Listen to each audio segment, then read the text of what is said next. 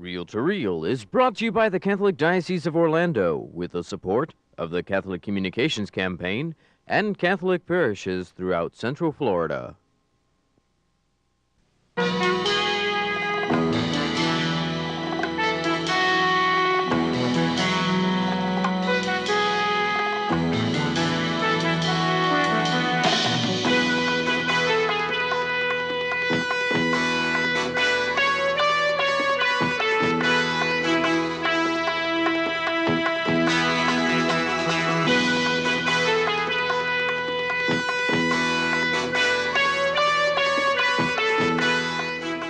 First, we're going to go to St. James School in Orlando. This downtown school has been doing some very innovative things with its students. For instance, a sister who specializes in Montessori has been working for the last year with teachers and children.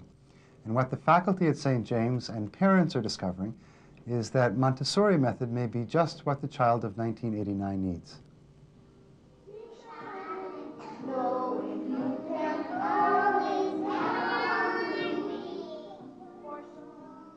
Parenthood is something that takes a person outside his own time.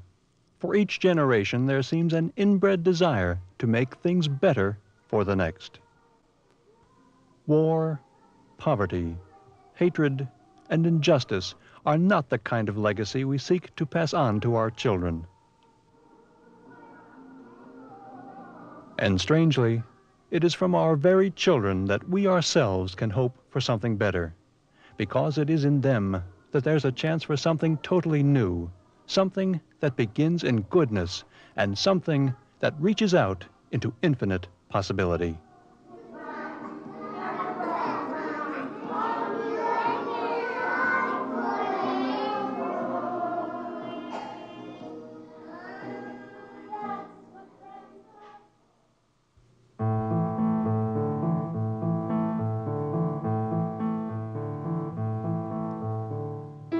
Two years ago, there was a rebirth of hope and possibility at St. James Cathedral School.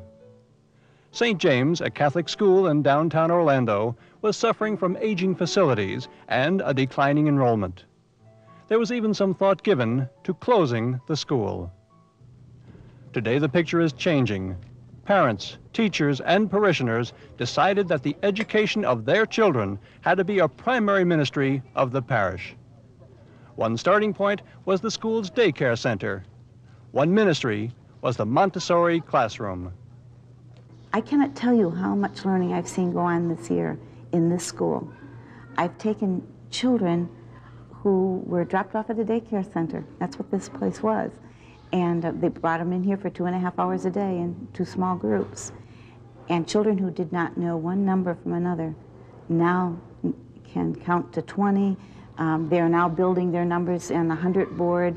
They know the difference between 1,000, 100, a 10, and a unit. All of this because they want to learn.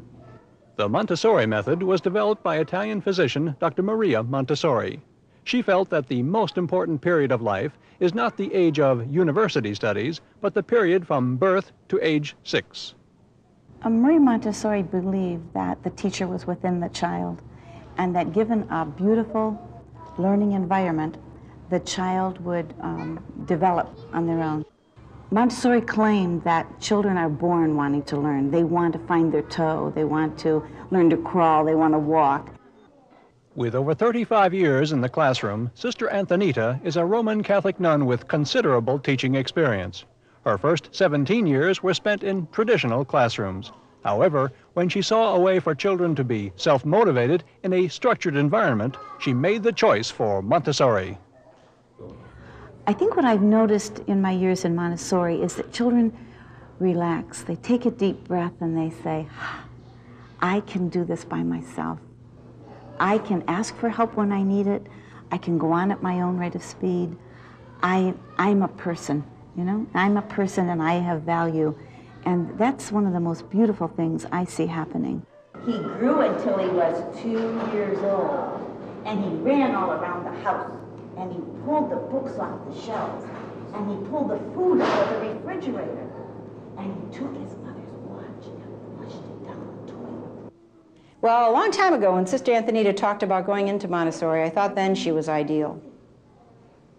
I think I thought then because she was an excellent teacher in the traditional system. She was superb. She opened the door to his room, crawled across the floor, looked up. I think the most powerful gift of hers that I'm aware of is that she truly loves people. I know that sounds esoteric or general or whatever, but when that's a fact in a person, a very different thing happens in their relationship with people around them. She loves people. Mary DeVault became principal when the commitment was made to revitalize St. James. It was her decision to start Montessori. Since then, she's seen how the program has impacted the entire school. The impact of what has happened here in the Montessori classroom has penetrated, I think, most of our teachers and our classroom and our entire school building. The thing that thrilled me in the beginning was to see these little children, 2.5 years to 5 years of age, coming into the building and tumbling around and not knowing anything about what was this Montessori room. And before you know it, they're going into this wonderful place, this room down there at the end of the building, this Montessori room. And gradually, little by little, they come into this wonderful experience, this wonderful place. In an atmosphere of freedom, serious learning constantly takes place. Experiences are carefully organized into several curriculum areas. We've set up the environment in different curriculum areas. We have one curriculum area that we call Everyday Living, and it has all the skills necessary for your everyday life: pouring, spooning, stringing, polishing. Then we have another area that we call Art, in which we give the children skills. We have an area called Sensorial, where the child learns to develop his or her senses, from large to small, heavy and light. The different smells, different sounds. All of this is in the sensorial area. There's an area of language where we teach the children how to, we train their eyes to see, we train their ears to hear, we train their hands to trace over the letters. And then we put all of that together and the child begins to sound out words. We have a mathematical area that is just fantastic. We teach the children the concept of numbers. We have in the area of science and geography, an area of music where you saw the children matching the bells, the pitches on the bells. All of this put together, you see, is pretty complete curriculum. We're lucky. We're lucky here. We're lucky in Orlando, and I think the church in Orlando is lucky because this is a real ministry, a ministry needed in today's society. We must create these areas of true leaven, a place where we will be able to nourish the kind of person that our society needs today.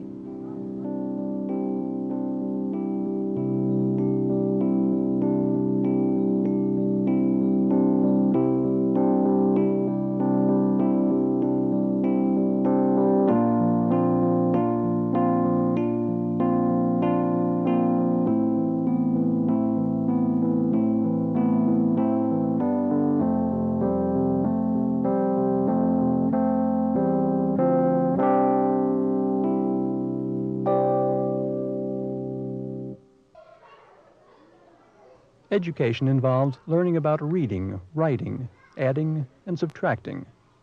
But on a more important level, education means understanding who we are, why we're here, and the kind of world we should strive for. What you're like as a child is what you're going to be like as an adult. If the child at age 3 and 4 learns to respect others, learns to value themselves as a person, learns justice and peacefulness, that's the kind of an adult they're going to be. I see that I've made a difference. You know, I feel that God has used me and His work is being done within these children.